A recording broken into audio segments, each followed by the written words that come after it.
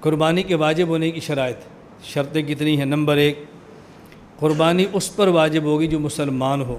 دلیل لأنها قربۃ والکافر لیس من اہل القرب بدأ الثناء، قربانی عبادت ہے اور کافر عبادات کا حل نہیں اور مکلف نہیں ہے۔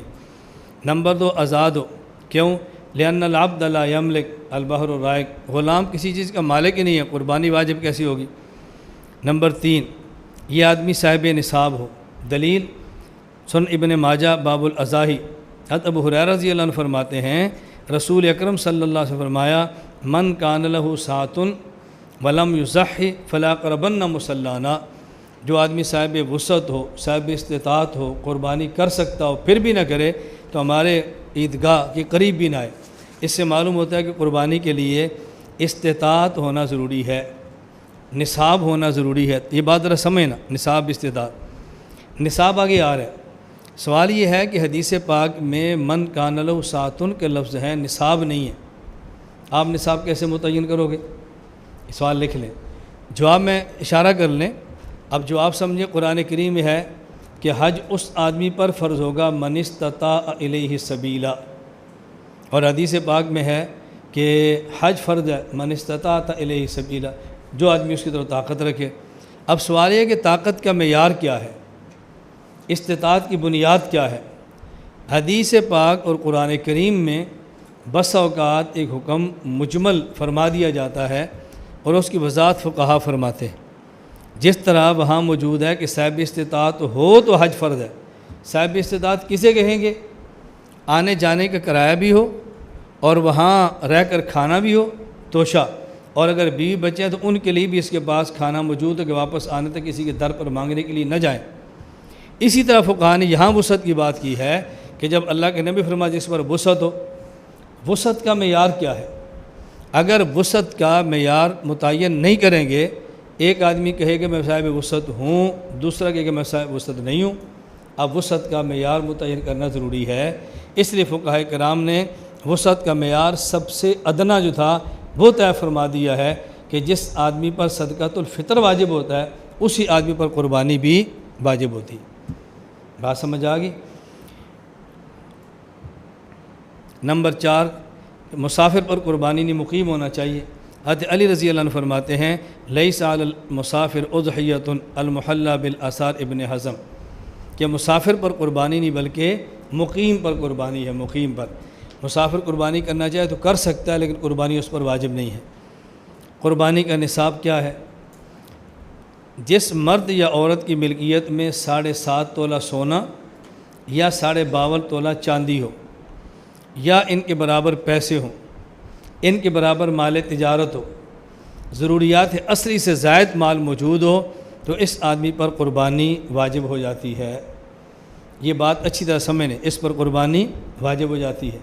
اس کے اوپر زکوٰۃ میں حولان حول پورا سال گزرنا شرط ہے، صدقۃ الفطر میں بھی سال گزرنا شرط نہیں ہے، اور قربانی کے مسئلے پر بھی سال گزرنا شرط ہے۔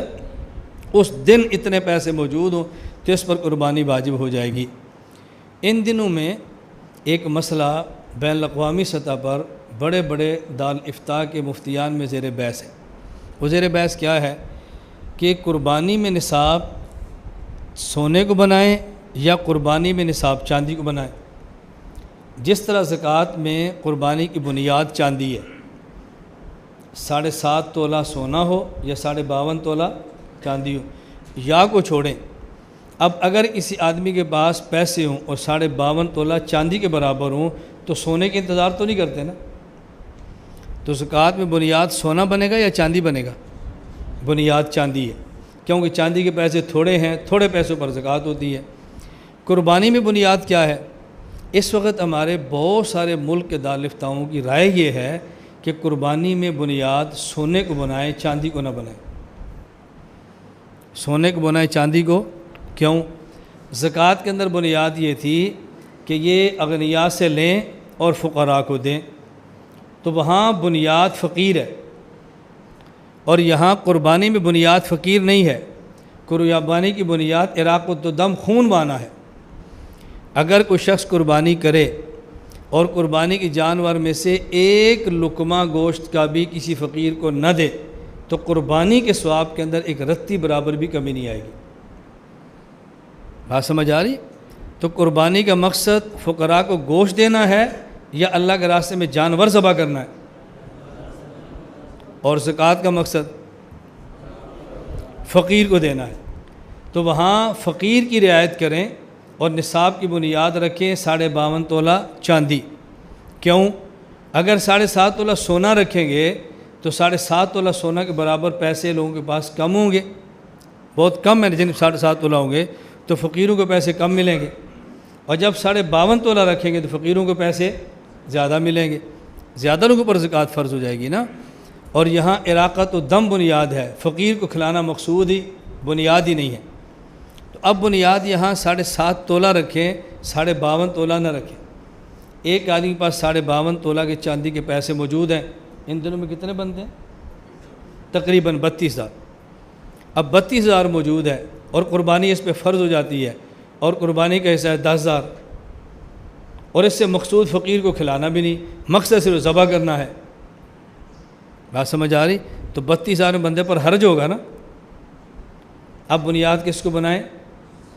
7.5 تولہ سونا، اور 7.5 تولہ سونے کا کتنے کا اس دور میں؟ تقریباً 50-55 ہزار کا بنتا ہے۔ آپ اس کو 3.25 لاکھ کر لیں نا، 3.5۔ اب دیکھ بالفرض میں کہ 3.5 کچھ اوپر نیچے کر لیں، 52.5 تولہ چاندی بنے گی 32,000 کی، اور 7.5 تولہ سونا بنے گا 3.5 لاکھ، 3.5 کر لیں۔ اب اگر زکوٰۃ کی بنیاد بنائیں 3.5 لاکھ ہوگا تو زکوٰۃ فرض ہوگی، تو زکوٰۃ کم لوگوں پر فرض ہوگی نا، تو فقیر کا نقصان ہو جائے گا۔ اور بات سمجھ آ رہی ہے؟ اگر بنیاد بنا رہے 32,000، اب زکوٰۃ زیادہ فرض ہوگی اور غریبوں کا فائدہ زیادہ ہوگا۔ اور قربانی میں اگر بنیاد بناتے ہیں 3.5 لاکھ تو کم لوگوں پر قربانی فرض ہوگی، اور 32,000 بنیاد بنائے پھر قربانی زیادہ پر فرض ہوگی۔ اچھا، قربانی میں مقصود فقیر کو کھلانا ہے یا خون بہانا ہے؟ اب بنیاد زیادہ پیسہ رکھ لو تاکہ امت حرج سے بچ جائے، اور وہاں بنیاد چاندی رکھ لو تاکہ فقیر کا زیادہ نفع ہو۔ اس لیے اس وقت دارالفتاؤں میں زیر بات چل رہی ہے کہ دونوں میں بنیاد کیا رکھیں۔ بات سمجھ آ گئی؟ عام طور پہ تو مسئلہ وہی بتاتا ہے جو میں نے پہلے سمجھا دیا ہے، لیکن یہ دوسرا مسئلہ ذہن میں رکھ لیں، اگر آپ کے سامنے کوئی فتویٰ آ جائے، کوئی دارالفتاء ہے، تو آپ کو یہ شبہ نہ رہے کہ جی تخصص فی الافتاء کرتے تو اچھا تھا۔ اب دیکھو نا، یہ مسئلہ تو یہاں پر ہے ہی نہیں، اور مفتیوں کو پتہ ہے، اس لیے ہم نے آپ کو وہ مسئلہ بھی بتا دیا ہے تاکہ آپ کے ذہن میں رہے۔ اور جس طرح میں پوری وضاحت آپ سے کر رہا ہوں نا، یہ آپ کے ساتھ پڑھنے والے تخصص فی الافتاء والے شاید اتنی وضاحت نہ کر سکے جو میں سمجھا رہا ہوں۔ اور یہ جو میں نے بات کی ہے، آپ اس کا تکرار کریں، آپ اس کو پھر بار بار کہیں، ہر طالب علم بیان میں اس کو لائے تاکہ آپ کو بیان کرنا ہے کہ اس مسئلے میں اختلاف کی وجہ کیا ہے۔ سمجھ آ گئی بات آپ کو؟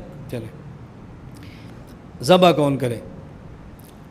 اہل سنت والجماعت کے ہاں ضروری ہے کہ ذبح کرنے والا مسلمان ہو اور یا اہل کتاب ہو۔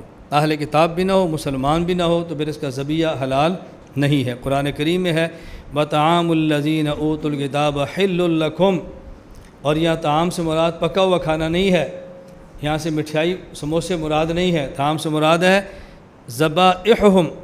عبداللہ بن عباس رضی اللہ عنہ فرماتے ہیں طعامہم ذبائحہم، صحیح بخاری باب ذبائح اہل الکتاب۔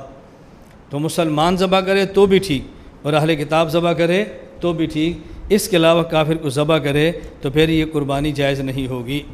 ہاں البتہ غیر مقلدین کیا کافر بھی ذبح کرے تب بھی قربانی ہو جائے گی، ان کا مسئلہ ہے۔ وحید الزمان غیر مقلد کنز الحقائق میں لکھتے ہیں ذبیحۃ الکافر حلال اذا ذبح للہ وذکر اسم اللہ عند الذبح، کہ کافر ذبح کرے گا تو ٹھیک ہو جائے گی۔ شیعہ اگر ذبح کرے اس کا ذبیحہ بھی حلال نہیں ہوگا، اور ان کے یہاں شیعہ کا ذبیحہ بھی حلال ہے۔ میاں نذیر حسین دہلوی کہتے ہیں فتاوی نظیریہ میں واضح ہو کہ ذبیحہ تشیع کا کھانا حلال ہے کیونکہ اہل اسلام میں سے ہیں الیاذ باللہ۔ تو ذبح کرنے والا مسلمان ہونا چاہیے یا اہل کتاب، اس کے علاوہ کوئی ذبح کرے گا تو قربانی جائز نہیں ہوگی۔